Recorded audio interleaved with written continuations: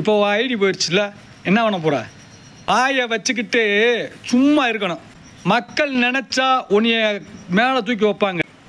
வணக்கம்டாப்ல, தேனியிலேருந்து தண்ணி பழம் திவாகரன் அவன் ஐடியா தூக்கியாச்சு. வாயை வச்சுக்கிட்டு சும்மா இருக்கணும்.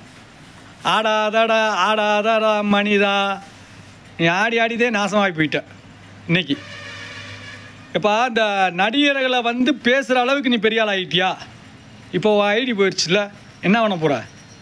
2.5 லட்சம் பேர் உன் ஐடியில், 2.5 லட்சமோ 3 லட்சமோ ஃபாலோவர்ஸ் இருந்தாங்க.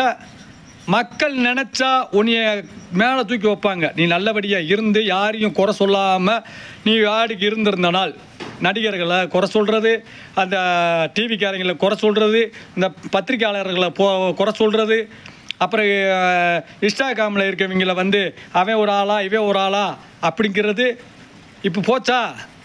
மக்கள் நினச்சாங்கன்னா உன்னை அழகும் படுத்துவாங்க. நீ நல்ல கருத்துக்களை சொல்லி நல்ல வீடியோ போட்டு நல்ல ஒரு பேர் வாங்குறது ரொம்ப கஷ்டம்யா. கெட்ட பேர் வாங்குறது ஈஸியாக வாங்கி போடலாம், ஆனால் நல்ல பேர் வாங்குறது ரொம்ப கஷ்டம். அதுக்குத்தான் நாங்களாம் இன்னும் போராடிக்கிட்டு இருக்கோம். இன்னும் நான் இன்னுமே நல்ல பேர் வாங்கலை. அதெல்லாம் தெரிஞ்சுக்க திவாகர். இனிமேல் ஒழுக்கமாக இருக்கணும்னு ஆசைப்பட்றேன். நீ எங்கிட்ட ஒழுக்கமாக வர போகிற? நீ வரக்குள்ளேயே பிள்ளை பிறந்துடும் உனக்கு, ரைட்டா? அதனால் வார்த்தைகளை வாயை கொஞ்சம் குறைச்சிக்க.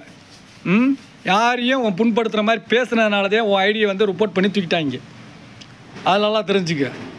மக்களோட மக்களாக நல்லா ஜாலியாக குழந்தைகளை சிரிக்க வைக்கணும், சிந்திக்க வைக்கணும், நல்லதை சொல்லிக் கொடுக்கணும். ஒரு டாக்டரு அப்படின்னு நீயாத்தையும் சொல்லிக்கிட்டு இருக்க.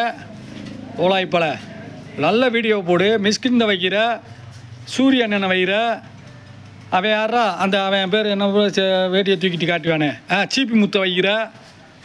இத்தனை வேத்தியை வஞ்சிக்கிட்டு இருந்தேன்னா நீ பெரிய ஆளா? இப்போ போச்சா உன் ஐடியே? இன்றைக்கி பூரா அவங்களுக்கு தான் சுதந்திரம் கிடச்ச மணிக்கு இருக்கும். ஆடுவாங்க பயங்கரமாக. திவாகரன் ஐடி தூக்கிட்டாங்கன்னு.